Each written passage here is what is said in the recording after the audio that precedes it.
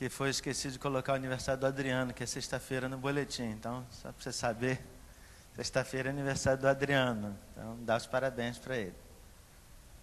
Bem, vamos continuar a nossa série em Lucas, Evangelho de Lucas, capítulo 4, versículos de 16 a 30. Nós faremos a leitura no tempo específico, mas fique com a sua Bíblia aberta aí, Lucas 4, de 16 a 30.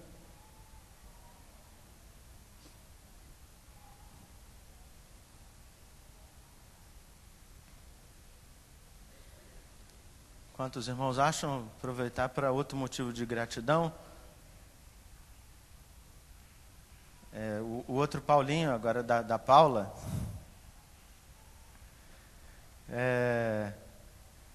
ele está ganhando peso e vai sair do hospital. Assim, não sei se hoje, se amanhã, mas ele teve uma pequena infecção, ele já era para ter saído essa semana, mas a princípio ele não estava perdendo peso, né? Então nós agradecemos a Deus por isso. Nossa irmã Paula não tem vindo porque ela está integralmente no hospital para amamentar seu filho. Lucas 4, de 16 a 30. Achou? Amém? Fica com o texto aberto aí. E antes eu queria pensar em umas coisas com você. A primeira coisa é que na vida aparecem alguns ditados populares e eles têm um propósito de trazer verdades ou conclusões que se observa da vida. Nem sempre os ditados são fáceis de compreender em qualquer fase. A Ana Júlia, outro dia, teve que levar gravado para a escola um ditado popular. E a gente pensou em vários, né? Os que fossem mais curtos para ela, mas o problema é que ela perguntava o significado dos ditados. E é difícil explicar.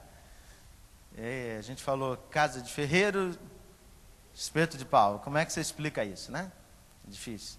Ela não entendia a conexão. E a gente ensinou água mole em pedra dura, tanto bate até que fura. Difícil foi explicar o água mole e a pedra dura. Mas ela foi para a escola, acho que convencida de que água mole em pedra dura, tanto bate até que fura. E eu separei 4 ditados, esses são os 2 primeiros. Filho de peixe, peixinho nem sempre é assim. Mas, na sua grande maioria, o filho de peixe parece um peixe, né? Parece que puxa aí e traz as características de seus pais. Não adianta chorar pelo leite derramado, de fato, ele já está derramado. E são conclusões óbvias. Jacaré que fica parado vira bolsa. Então isso é um alerta para você aí que não anda, não faz nada. Você pode virar bolsa, é um alerta para você.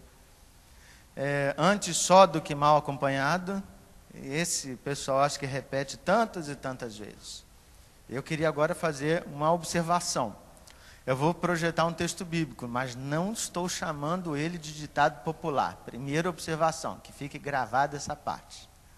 Porque senão vai dizer assim, o pastor comparou o texto bíblico a ditados populares. Não. Mas eu quero que você repare a força do texto bíblico. Então leia comigo. Nenhum profeta é bem recebido na sua própria terra. Este versículo ele é lido, citado como uma conclusão. Nenhum profeta é bem recebido em sua própria terra. Quando você é mal recebido na sua própria igreja, quando você não consegue ter voz na sua casa, qual é o texto bíblico que você cita para embasar isso? Jesus diz, nenhum profeta é bem recebido na sua própria terra.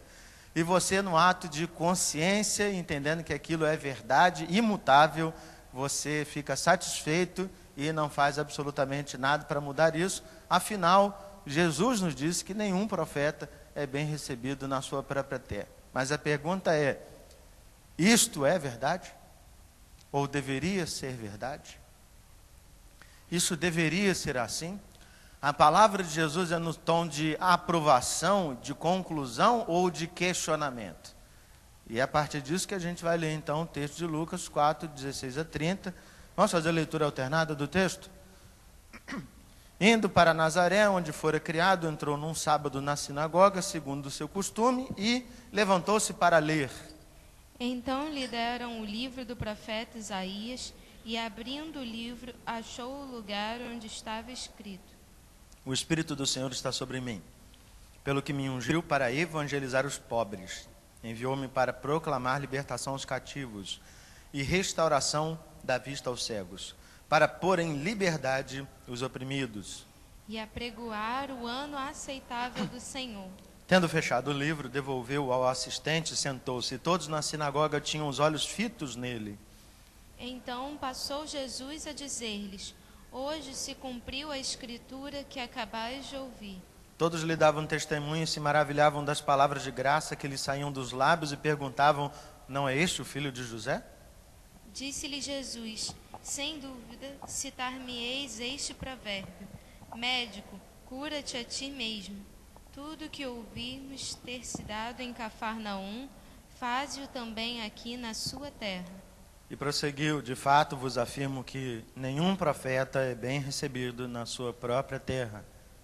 Na verdade, vos digo que muitas viúvas havia em Israel no tempo de Elias, quando o céu se fechou por 3 anos e 6 meses, reinando grande fome em toda a terra. E a nenhuma delas foi Elias enviado, senão uma viúva de Sarepta de Sidom. Havia também muitos leprosos em Israel nos dias do profeta Eliseu, e nenhum deles foi purificado, senão Naamã, o sírio. Todos na sinagoga, ouvindo estas coisas, se encheram de ira. E levantando-se, expulsaram-no da cidade e o levaram até ao cimo do monte sobre o qual estava edificada, para de lá o precipitarem abaixo. Jesus, porém, passando por entre eles, retirou-se. Fica com o texto aberto, eu acho importante para voltarmos ao texto algumas vezes. Nós, quando refletimos aqui expositivamente no texto de Lucas, é claro que há sempre uma lição para tirarmos do texto. E eu preciso sempre enfatizar que há algo específico que Deus coloca no nosso coração. Mas existem detalhes no texto que eu acho importante a gente trabalhar. Afinal, uma das características de uma mensagem expositiva é que você olhe para expressões que existem no texto e elas não passem despercebidas. Afinal, a gente não pode ler o texto a partir do nosso propósito, mas ler o texto e, a partir das conclusões do próprio texto, fazer as aplicações devidas na nossa vida. Então, o texto começa que Jesus estava indo para Nazaré. Nazaré é a terra de Jesus. O que significa quando o texto nos mostra a importância de que Nazaré é a terra de Jesus? As pessoas de Nazaré, elas não conhecem o Jesus que nós conhecemos. Quando nós falamos de Jesus, a nossa referência é Jesus o Salvador, Jesus o Mestre, Jesus. Para eles, Jesus é o meu vizinho. Para eles, Jesus é aquela criança que corria. Jesus é o filho de Maria e o filho de José. Eles conhecem os pais de Jesus. Nós hoje nem damos ênfase a Maria e José. Primeiro que a ênfase é em Jesus, mas por outros aspectos.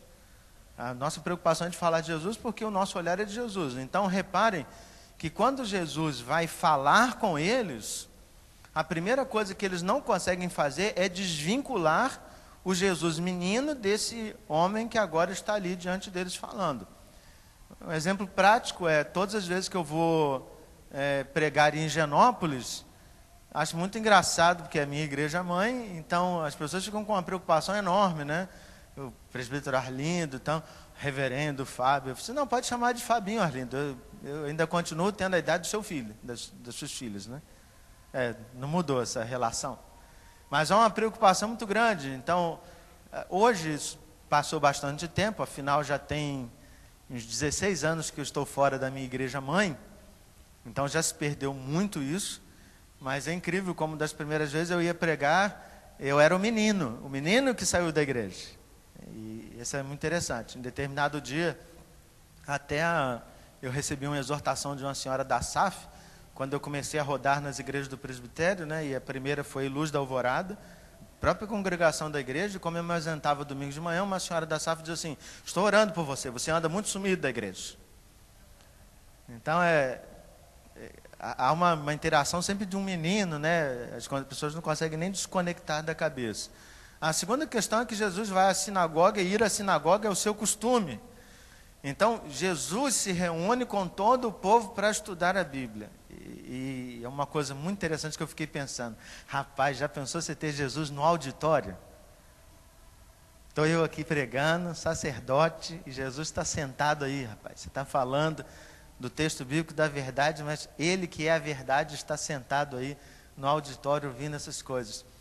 Isso mostra a humildade de Jesus de sentar, aprender, ouvir, compartilhar. Jesus fazia parte do povo. Jesus nunca se tratou como o especial. Jesus sentava e ia à sinagoga como era seu costume. Então não é pelo fato de você ser o filho de Deus, como Jesus, de que isso dá a você só o direito de falar e expor. Jesus também sentava na sinagoga. Há um momento da história que a gente precisa pensar quando isso acontece. Se você ler o texto de Lucas, o texto está no capítulo 4. E aí você pode pensar, caramba, isso aconteceu já no início do ministério do Senhor Jesus. Não, provavelmente. Não foi assim. Lucas, ele tem a preocupação de levar para Teófilo tudo o que aconteceu, mas não de caráter cronológico. O texto mais cronológico é o texto de Mateus. E é simples você observar isso, não é uma dedução. Olha para o versículo 23 e você vai dizer que as pessoas trazem uma referência. Disse-lhe Jesus, sem dúvida citar-me-eis este provérbio, médico cura a ti mesmo, tudo que ouvimos ter se dado em Cafarnaum, faz-o também aqui na tua terra. Mas onde? Em Lucas, até o capítulo 4, você ouviu Jesus em Cafarnaum? Em lugar nenhum. Simples. Lucas não tem a preocupação de relatar alguns episódios que aconteceram, como, por exemplo, em Cafarnaum. E as pessoas conhecem o que Jesus fez ali em Cafarnaum. Então, Jesus já tinha iniciado seu ministério. Ele volta, então, para a sua terra natal, porque ele precisa pregar na sinagoga da sua terra natal. Repare, então, isso. Ninguém vira as costas para a sua terra natal. Ninguém abandona a sua terra natal. Ninguém esquece, simplesmente. Jesus não esquece Nazaré, foi só o lugar que ele nasceu e deixa para lá. Não, Jesus está focado em voltar para Nazaré e ele precisa pregar na sinagoga em Nazaré para falar para as pessoas. Ele participa da reunião que acontece na sinagoga. E é uma coisa importante para a gente pensar. Nós temos uma liturgia de culto. Para quem não está habituado com o termo, o que é liturgia? Então a gente chegou, eu dei as boas-vindas, foi tocado um cântico preparado por elas, uma oração, leitura, conectados com uma mensagem, com um culto, e tudo isso é a liturgia. Na liturgia da Igreja Presbiteriana do Brasil, não se tem um caráter de improviso. Ou seja, vou chamar o Vitor para vir à frente, para dar uma palavra nesta manhã, e o Vitor, sem saber o que dizer, abriria a Bíblia, ou traria já aquele de casa, assim, se preparou para falar aqui. Então não há essa abertura. Poxa, mas isso acontece na sinagoga? Acontecia não regularmente, mas acontecia em caráter especial. Quando Paulo e Barnabé saem para pregar o Evangelho, na primeira viagem missionária, eles estão também numa sinagoga, diz lá o texto de Atos 13, e depois de participarem da reunião da sinagoga, diz o texto que os principais sacerdotes viram para Paulo e Barnabé e dizem assim, vocês têm uma palavra para trazer para o povo? Ou seja, Paulo e Barnabé não são pessoas comuns, são visitas que não se pode perder a oportunidade. Vocês são pessoas com experiência, algo para compartilhar. Não significa que sejam melhores que ninguém, mas são pastores que já estão caminhando com o povo. Na ordenação do reverendo André, por exemplo, reverendo Berim, nós tínhamos aqui vários pastores. E dentre eles tínhamos o reverendo Guilhermino, pastor que batizou o André. A gente não pode ignorar isso. Eu tinha toda a honra como relator da comissão de fazer todos os atos. Mas, para mim, não faz sentido perder a oportunidade de deixar que o pastor batizou, uma criança, agora o ordene ao sagrado ministério. Então é de você valorizar a presença da pessoa, não porque ele foi presidente do Supremo Conselho, não é essa a conexão, mas de que ele é importante na história, no momento. Então a gente precisa entender isso. Certamente, se hoje a gente tivesse aqui a presença de um missionário que veio da Espanha, ele não está aqui no Brasil todo dia. Então você olha, nós temos aqui um missionário, ele veio da Espanha, houve todo um custo, ele está aqui no Brasil, ele poderia estar em qualquer igreja, mas ele está aqui na igreja Tomás Coelho. Então vamos ouvir a palavra dele. É nesse sentido, Jesus é convidado. Jesus não mora mais em Nazaré, ele está andando. Ele passa em Cafarnaum, Galiléia e tudo que é região, e ele está em Nazaré. Ou seja, aquele que era nosso vizinho, nosso amigo, que morava aqui no nosso território, ele está aqui entre nós. Vamos ouvi-lo, o que ele tem a dizer? Vamos ouvi-lo. E isso tudo depende do testemunho, da palavra. Então Jesus participa da sinagoga, é uma participação interessante. Se traz o livro de Isaías, quem dera, né, que o povo tivesse esse papel de Bíblia aqui fininho, 66 livros. O pessoal tinha aqueles rolos imensos, pesados, e não muito fáceis de ler, ou de carregar. Há um assistente para trazer os rolos, né?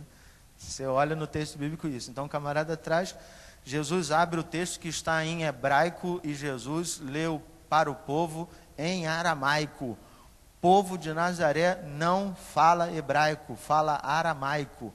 Jesus faz tradução na hora do texto bíblico e traz isso para as pessoas.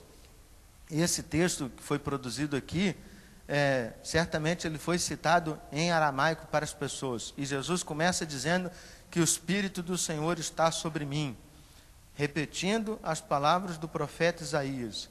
Dizer isso significa que Jesus tem autoridade para falar o que ele vai falar daqui em diante. Ele é enviado de Deus para dizer isso. E Jesus tem autoridade para quê? São 5, pode colocar o próximo, 5 tarefas que aparecem aí de Jesus. Primeiro, evangelizar os pobres. Só os pobres precisam ser evangelizados, né, irmãos? Não, porque a sua palavra evangelho, você traduz já o sentido. Evangelho ou evangelion no grego é uma palavra comum, o pessoal dizia todo dia. Evangelho é levar uma boa notícia. Se a Rosinha estivesse grávida e eu contasse aqui para os irmãos que a Rosinha está grávida, seria uma boa notícia. Então, se eu fosse grego, eu diria para os irmãos, eu tenho um evangelion para trazer para vocês. Uau, qual é a boa notícia, pastor? Ó, a Rosinha está grávida. Ela não está grávida. Ainda. Não está grávida. Vocês fazem piada porque ela não está aqui, né? Bem, eu também aproveito esses momentos para fazer isso. Evangelizar, então, é uma palavra, trazer boa notícia para os pobres. Para nós, evangelho tem outro sentido. Evangelho não é só uma boa notícia. Evangelho é a notícia. É falar de Jesus. É trazer a notícia do pecado, a má notícia. Dizer que esse pecado leva à morte e que pelas obras ninguém se salvará. Mas trazer a boa notícia de que o preço que era devido a Deus, Jesus pagou no nosso lugar. A boa notícia de que nós somos salvos pela graça. Então, embora a gente tenha que viver agora uma vida de testemunho, a boa notícia é que os meus erros não me jogam no inferno. A boa notícia é que eu continuo salvo e aguardando com esperança a volta do Senhor Jesus. A boa notícia é que eu posso permanecer firme, sem medo. A boa notícia é que eu aguardo com esperança e que eu não temo ser encontrado fiel, porque quem me sustenta e me torna fiel é o próprio Deus.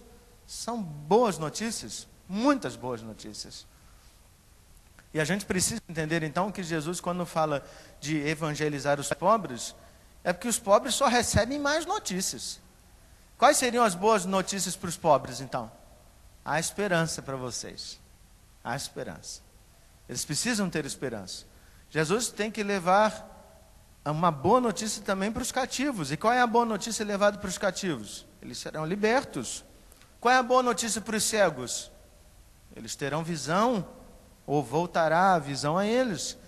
Boa notícia para os oprimidos de alma, eles serão libertos das suas tristezas. E por último, apregoar o ano aceitável do Senhor. Você só consegue entender a expressão o ano aceitável do Senhor se você ler Levítico capítulo 25. Os judeus passaram a celebrar, por ordem de Deus, o chamado ano do jubileu, o 50º ano. Então, a cada 50 anos, era celebrado o ano do jubileu. O que acontecia no ano do jubileu? Suas dívidas eram perdoadas. Se você era escravo, você era liberto. Havia um acerto de contas, o perdão acontecia no 50º ano. E aí existem várias regras, porque Deus sabe da esperteza dos dois homens, né? Eu acho muito interessante ler, então, Levítico nesse sentido, a partir do capítulo 25, porque diz lá, se você contrair dívida no ano 49, esperando simplesmente assumir para que a sua dívida seja perdoada no ano 50º, há todo um acerto de contas para fazer, porque Deus sabia da esperteza do povo, né? O povo era malandro, sempre foi. E aí Deus exige que há todo um acerto de contas, mas o caráter do ano 50º é o ano do perdão. Então, quando Jesus diz assim, eu vim falar do ano do perdão do Senhor, isso faz todo sentido com o Evangelho. O que Jesus está dizendo é assim, chegou o 50º ano, vocês são perdoados das suas dívidas. Esse é o Evangelho. Deu para entender isso? Viu como é que há plena conexão com a palavra de Moisés, com a palavra de Jesus? Ou seja, Moisés fala do ano do jubileu, repetida em Isaías e agora proclamada em Jesus Cristo. O que Jesus veio fazer aqui no ano da sua morte? O ano do jubileu. Fomos todos perdoados. E depois de Jesus não precisa mais existir o ano do jubileu, porque não temos dívidas mais com Deus. Por isso, cessou-se para nós a celebração do ano do jubileu, porque todos nós já fomos perdoados em Cristo Jesus. Jesus, então, faz as pessoas ficarem maravilhadas, irmãos, com essa palavra. Você olha para o texto, versículo 22, todos lhe davam testemunho e se maravilhavam das palavras de graça que lhe saíam dos lábios e perguntavam, não é este o filho de José? Estão abismados, como é que pode aquele menino que jogou bola de gude em Nazaré agora está pregando desse jeito? Como é que pode aquele menino que brincava de cavalinho de madeira, agora ele está pregando? Esse menino é demais. Ele é nazareno. Vamos aqui dizer, esse menino é bom. Ele foi meu vizinho. Eles estão maravilhados com a palavra. Mas Jesus sabe o que vem depois. Aí Jesus diz assim, a partir de agora vocês vão virar para mim e dizer que eu devo me curar a mim mesmo.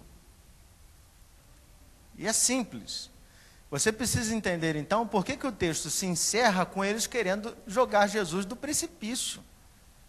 O sermão de Jesus é maravilhoso. Por que as pessoas querem matar Jesus, então?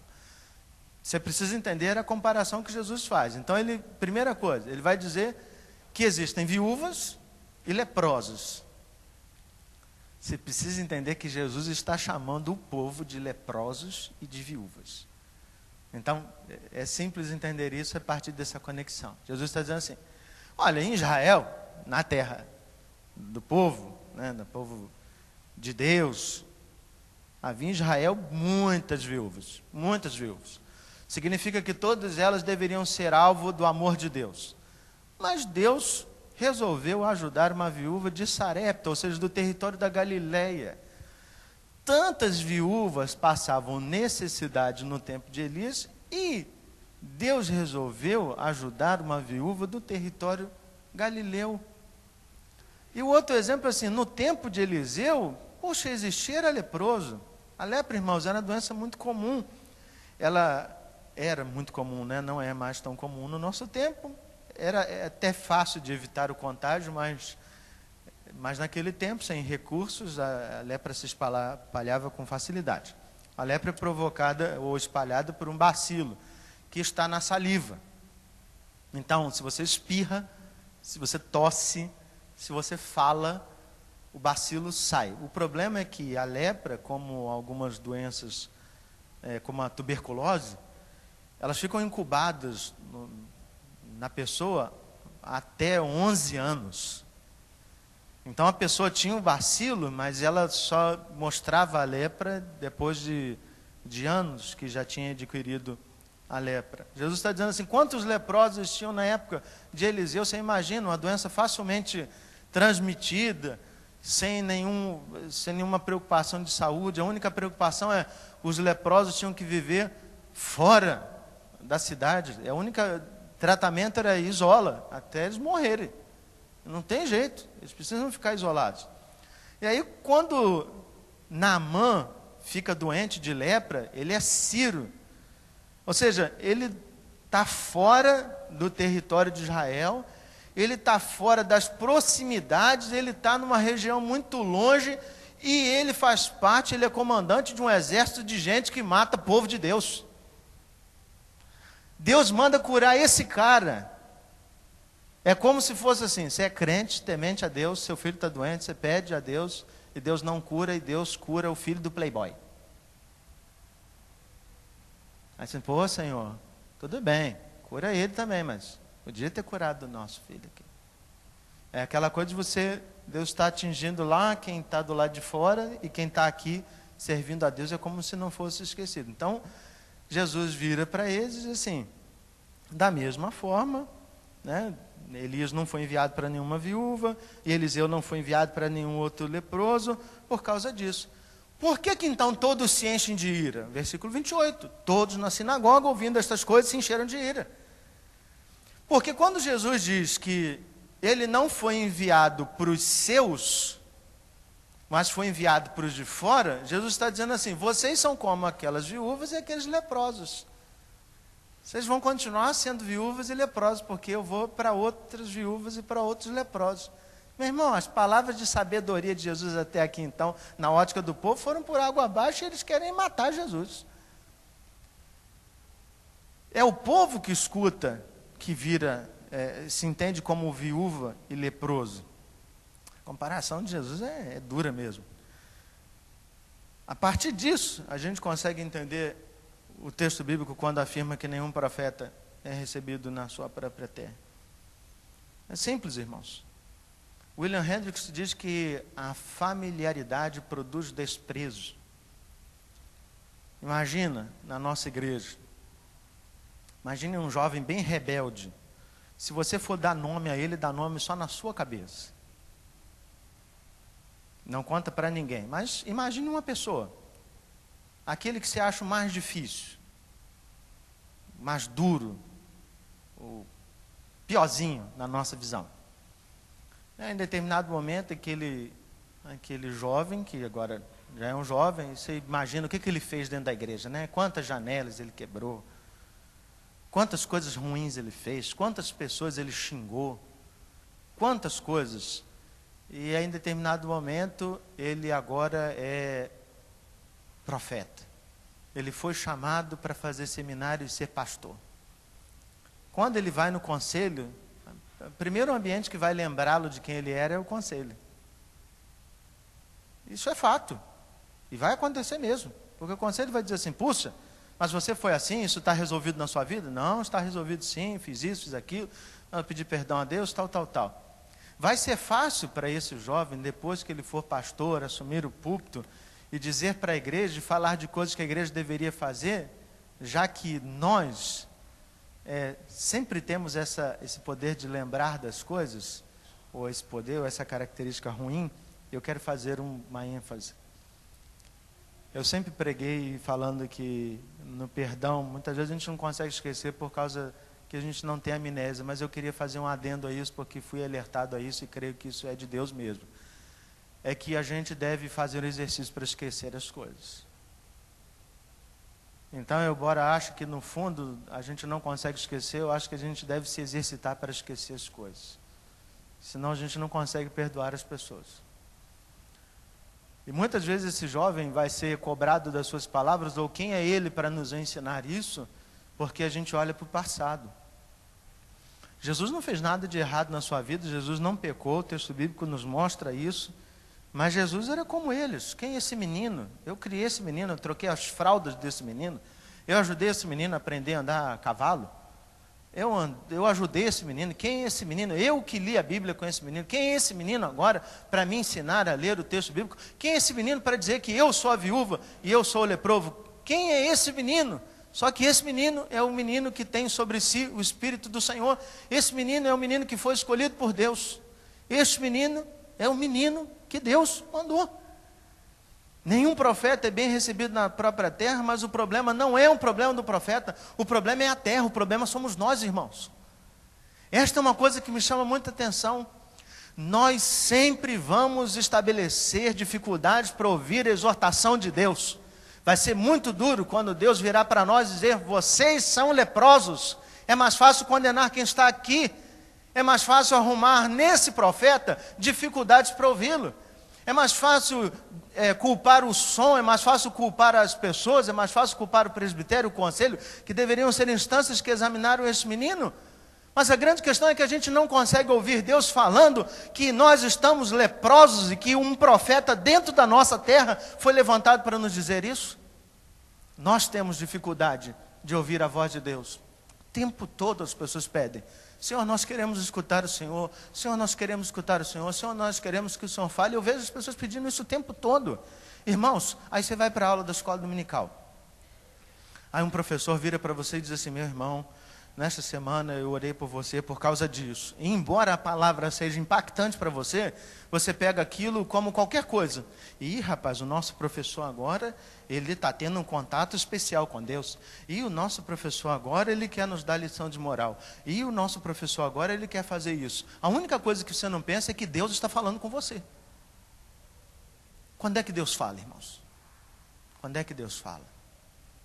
Temos aqui um texto clássico para dizer que Jesus abriu o texto bíblico e começou a falar e dizer assim: olha, Deus mandou, o Pai mandou fazer tudo isso, fazer todas essas coisas, curar os cativos, tal, mas vocês não vão estar nem aí para isso. Vocês vão dizer para mim: médico, cura a ti mesmo. Ou seja, antes de Jesus dizer que eles eram viúvas e leprosos, que não receberiam cuidado de Deus, Jesus sabia que a única coisa que tinha no coração deles é: se você fala palavras que são boas, a gente escuta. Se você fala palavras que são duras, a gente não escuta.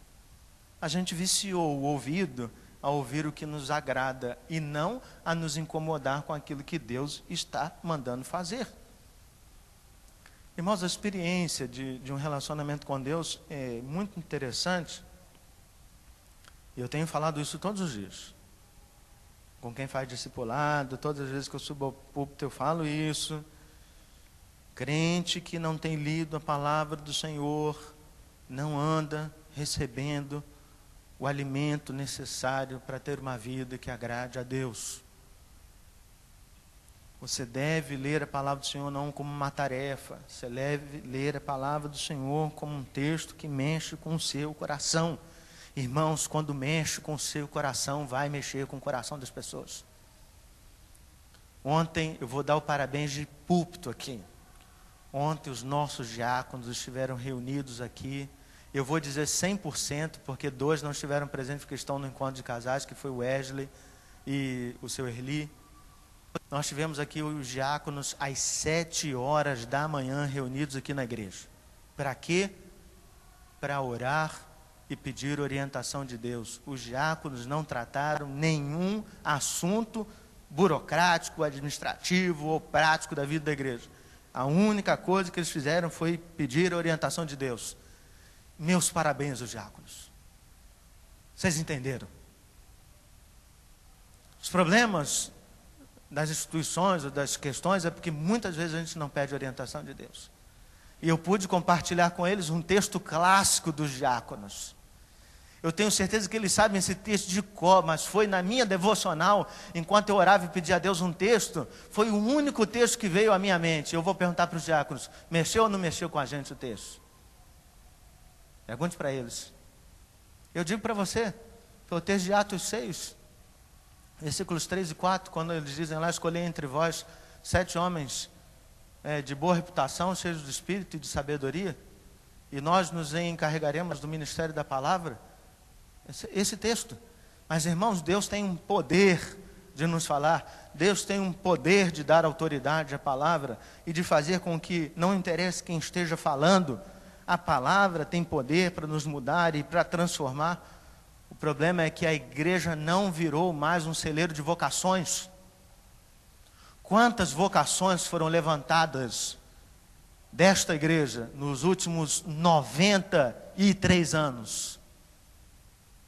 Quantos homens se levantaram chamados por Deus para sair de suas casas, abandonar tudo e serem pregadores do Evangelho aqui em qualquer lugar?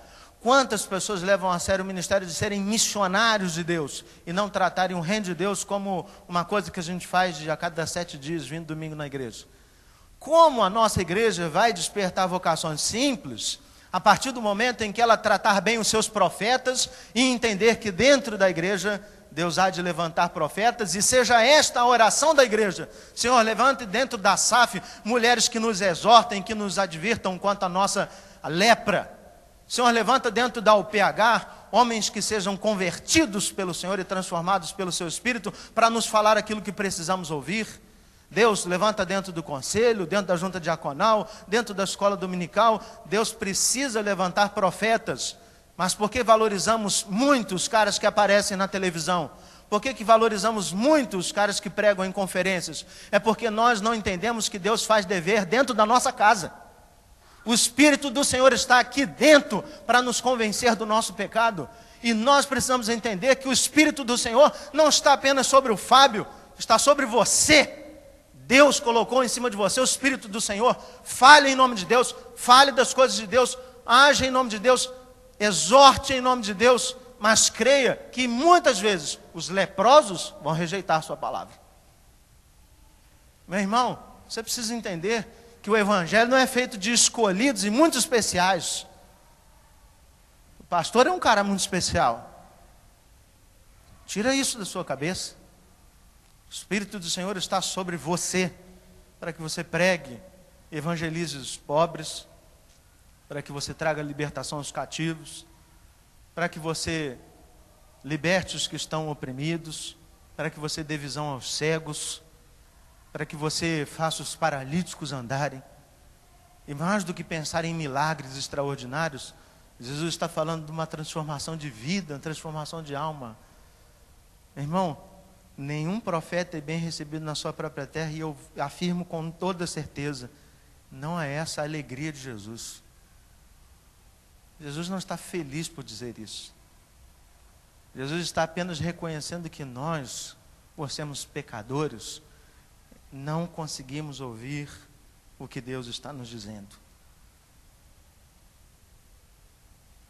Seria muito legal, e não apenas legal, mas bíblico, se dentro da nossa casa, nossa igreja, começassem a levantar vocações e pessoas que dissessem com toda clareza: pastor, eu quero assumir a área de tal na igreja, porque eu entendi que Deus me chamou para isso. Não que você trate as coisas como ministérios anuais, em que a gente tem que nomear para você fazer alguma coisa, mas que você batesse no peito e entendesse por que o Espírito do Senhor está sobre você, o que Deus te manda fazer. Você batesse no peito e entendesse assim: Deus está me chamando para fazer coisas, e eu preciso entender, as vocações dentro do corpo precisam ser despertas. Nós precisamos entender que todos somos profetas do Senhor quando falamos da palavra de Deus para o povo. Na reunião do conselho, na sexta-feira, irmãos, eu li um texto que durante a devocional me chamou muita atenção. E eu queria repetir esse texto só para que você entendesse, porque foi na minha devocional. Eu assumi o compromisso, de levantar 15 minutos antes. E antes de eu falar do meu compromisso, eu quero dizer que eu ouvi de um irmão, não vou dizer o nome, porque acho que ele não se importa com isso, mas eu falei de aumentar 15 minutos da sua devocional, ele virou para mim: eu não consigo acordar 15 minutos mais cedo, está difícil já. Mas ele me mandou um WhatsApp muito legal, dizendo assim: olha, eu descobri que eu posso parar 5 minutos, 3 vezes durante o dia, para orar. Quem não consegue parar 5 minutos no seu dia? Senta no banheiro, você faz o que você tem que fazer e gasta lá 5 minutos orando. Tranca a porta. Você está lá, levantou para tomar um café no seu trabalho, gasta 5 minutos, fala com Deus. E aí eu estava lendo texto de Números, irmãos. Existem livros na Bíblia que são difíceis de ler. Levíticos, Números, estão entre esses, né? Assim. Livro com muito número, tribo tal, tantos números, tribo tal, tal. E aí tem Números capítulo 11. Quando o povo está sem comer carne, está reclamando com Moisés, porque não come carne, não come pepino, não come alho poró, não come alho isso, não come melão. Eles estão reclamando lá, o texto diz claramente isso. Tudo isso que eu falei, alho poró, alho, está lá no texto. Você não leu a Bíblia, você não sabe, mas está lá no Números 11, depois você lê com calma. E aí o Moisés fica chateado diante de Deus e fala assim: Senhor, eu não sei o que fazer, eu me sinto responsável por esse povo, o Senhor me mata, Senhor. Melhor, o Senhor resolve assim todo problema. E aí Deus manda ele levantar 70 homens para que Deus colocasse o espírito que estava sobre Moisés, sobre estes homens também. E eu acho interessante que isso não tem nada a ver, a princípio, com a resposta da necessidade do povo, que o povo pediu carne para comer. E Deus falou assim: o problema da carne está resolvido, eu vou mandar tanta codorna para esse povo, vai cair do céu, que o texto chama de codornizes, mas vai cair tanta codorna do céu que eles vão comer carne e vai sair pelo nariz. É assim que diz o texto. Deus está tão chateado com aquilo, que ele diz assim: vocês vão comer tanta carne que vocês vão morrer, seus miseráveis. E morrem mesmo. Boa parte do povo morre pela gula. E o texto diz claramente isso. Mas acontece um fenômeno nesse muito interessante, que o Espírito do Senhor cai sobre esses 70 e eles começam a profetizar. Então aparece lá um cara chamado Josué, ele diz assim: Moisés, não deixe que esses 70 homens falem aí no teu lugar, tu és o nosso líder, tu és o nosso profeta. E Moisés respondeu assim: você está com ciúme de mim, Josué? Está com ciúme? O problema é seu, Josué. Quem me dera que todo o povo falasse em nome de Deus. Isso é fantástico, irmãos. Naquele momento eu encerrei a minha devocional e falei assim: Senhor, eu preciso ser um líder desnecessário. Senhor, eu preciso ser alguém que fale e o povo, porque entende a vontade de Deus, simplesmente concorda comigo. Mas eu não sou o homem que traz a luz a você, porque quem traz a luz a você é o Espírito Santo de Deus. Quem me dera que todos na nossa igreja, todos fôssemos profetas e falássemos claramente em nome de Deus. Quem me dera. Quem me dera. E aí eu decidi escrever 2 pedidos de oração, para a gente encerrar isso. Primeiro, ore. Deus precisa levantar profetas dentro da nossa comunidade. Mas muito cuidado com a sua oração. Deus tem senso de humor. E quando eu digo que Deus tem senso de humor, é que Deus pode levantar você. Se não está preparado para orar por isso, não ore. Mas se orar por isso, saiba, Deus pode chamar você para ser profeta e falar em nome dele. Segunda coisa, irmãos, que eu acho fundamental, a gente precisa ter um coração pronto para ouvir o que Deus tem para nos dizer. Nem sempre é fácil ouvir que a gente é leproso. Nem sempre. Às vezes você olha para a sua vida e acha que você é um santo. Melhor cara que existe. Pessoa responsável, um crente fiel. E aí Deus te chama hoje, domingo de manhã. Você veio para a igreja, todo animado, vou ouvir uma bela palavra na igreja. Você chega lá, ouve o pastor falando que você é leproso. Mas não é para você sair daqui achando que você é leproso, não. É para você entrou aqui apenas como um crente. Saia daqui como um profeta. Saia daqui como um homem de Deus, que leva a transformação. Saia daqui como uma mulher de Deus. Assuma compromissos. Não se permita entrar e sair da casa do Senhor como alguém que vai apenas bater palma para o Jesus que fala coisas agradáveis. Ouça também o Jesus que diz assim: agora, a partir de agora, vocês vão ficar invocados com o que eu vou falar. Mas não tem problema. Vocês precisam ouvir. Quando eu digo isso para vocês, irmãos, o primeiro leproso a entender isso fui eu. Eu sou o primeiro leproso. Deus precisa levantar vocações. Deus quer levantar vocações. Deus quer que você saia daqui entendendo o seu papel profético nesta sociedade. Seu papel como mensageiro do Evangelho. Portanto, se eu quero fazer um alerta para você, não gaste palavras que não correspondam ao Evangelho do Senhor Jesus. Não fale coisas das quais você envergonharia o Senhor Jesus. Não haja diferente de como agiria o Senhor Jesus. Saia daqui entendendo que Deus falou para você. E Deus está chamando você pelo seu nome, dizendo: eu quero você sendo profeta dentro da sua própria casa. E você precisa ter autoridade para falar com seus filhos, com a sua esposa, com seu marido. Você precisa ter autoridade para falar com os seus colegas de trabalho. Você precisa ter autoridade para falar com os crentes dentro da sua igreja. Mas para isso, você precisa entender o quanto você é profeta. Vamos orar? Vamos nos colocar em pé, porque logo depois nós vamos invocar a bênção do Senhor.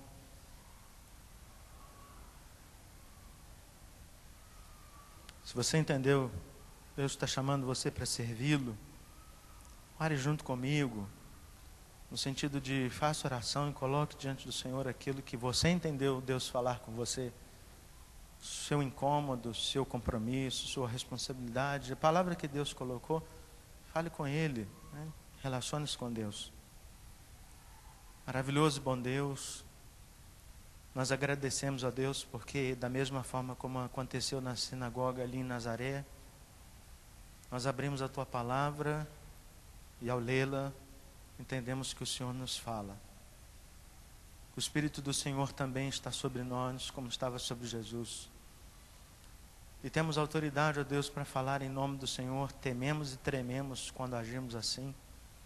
Porque ser profeta, ó Deus, não é trazer novidade, não é trazer simplesmente alegria. Ser profeta do Senhor é falar da Tua palavra com integridade, com coração sincero.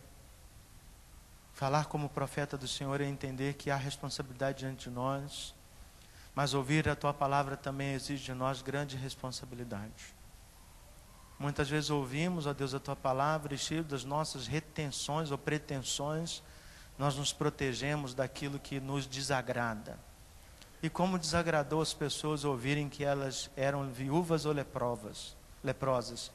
Como desagradou as pessoas serem comparadas, ó Deus, a pessoas tão discriminadas como a viúva de Sarepta ou Naamã, o sírio. Deus, tem misericórdia de nós, para que os nossos ouvidos estejam abertos e que não haja em nós rejeição quanto à Tua palavra. Tem misericórdia de nós, ó Deus, para nós entendermos que o Senhor nos fala, o Senhor nos exorta, o Senhor nos chama a responsabilidade, ó Deus, mas o Senhor faz tudo isso porque o Senhor quer se relacionar com a gente. O Senhor nos chama não apenas para o trabalho, o Senhor nos chama para caminharmos ao lado, para estarmos com o Senhor, não para trabalharmos para o Senhor. E precisamos ajustar o nosso relacionamento com o Senhor, porque muitas vezes é focado em tarefas, em fazer coisas, e não simplesmente em termos uma vida que seja agradável a Ti. Ajuda-nos, Senhor.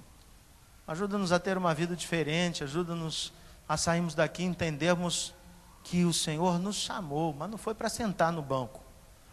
O Senhor nos chamou para pregar o Evangelho do Senhor Jesus, onde o Senhor nos colocar. No trabalho, dentro de casa, na nossa família, em várias circunstâncias.